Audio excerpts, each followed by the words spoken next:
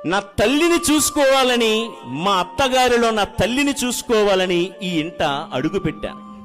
కానీ నా అత్త గయ్యాలి గంప, రాకాసి రంప, సూర్యకాంతానికి అక్క అని మొదలగు మాటలన్నీ కూడా చెప్పడం ప్రారంభించింది.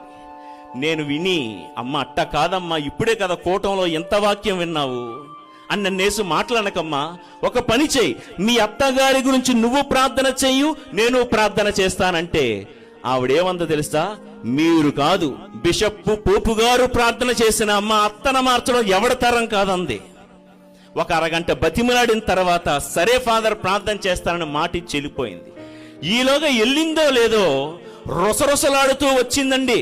అన్నటువంటి ఆ అత్తగారు ఏమందంటే, అమ్మ కూర్చో అమ్మ, పెద్దవాడి కదా, కూర్చోబెడుతుంటే అదొచ్చిందా అంటుంది. అమ్మ ఆవేశం తగ్గించుకో, బీపీ తగ్గించుకో, ఎవరు ఏంటో అంటే ఆవిడ కూడా సేమ్ టు సేమ్ చెప్పింది.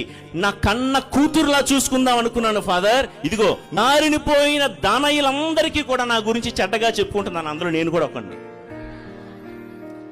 సరే ఈ తల్లితో కూడా బ్రతిమలాడా, తల్లి ఏదో అయిపోయింది కదా, నీ కన్న కూతురే తప్పు చేస్తే నువ్వు సర్దుకోవా, మన్నించవా, ఆవిడ కోసం ప్రార్థించని చెప్పి బ్రతిమలాడి ఇద్దరిని పంపించడం జరిగింది. నా అదృష్టమో దురదృష్టమో, మొన్నే ఆగమన కాలంలో ఒక కూటం జరిగితే అదే విచారణకి వెళ్ళాను.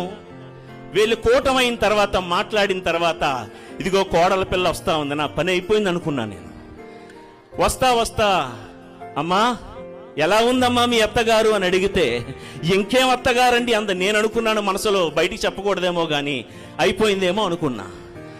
ఇంకేం అత్తగారండి, ఆవిడ అత్తగారు కాదు మా అమ్మ అంది.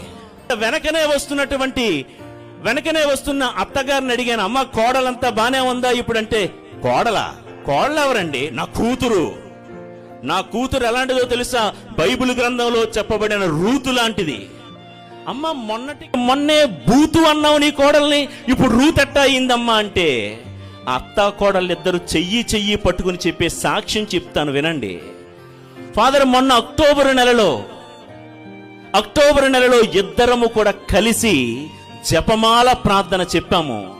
31 రోజుల జపమాల యజ్ఞంలో పాలు పంచుకుంటే ఏమైందో ఏమో, ఇంతలో ఉన్నట్టుండి నా కోడలు నా కాలు మీద పడిపోయి క్షమాపణ అడిగింది అని అత్తగారు. ఉన్నట్టుండి తన కూతుర్ను చూసుకునే దానికంటే నన్నే బాగా చూసుకుంటుందని కోడలు చెప్తా ఎన్ని నోములు, ఎన్ని ప్రార్థనలు, ఎన్ని తీర్థయాత్రలు చేసినా కలవని మా మధ్య వారధి ఈ జపమాల ప్రార్థన, ఈ మరియ తల్లి అనే వారధి మా ఇద్దరిని కలిపేసింది ఫాదర్ అని చెప్తూ ఉన్నారు ప్రియులకు దేవుని బిడ్డలు.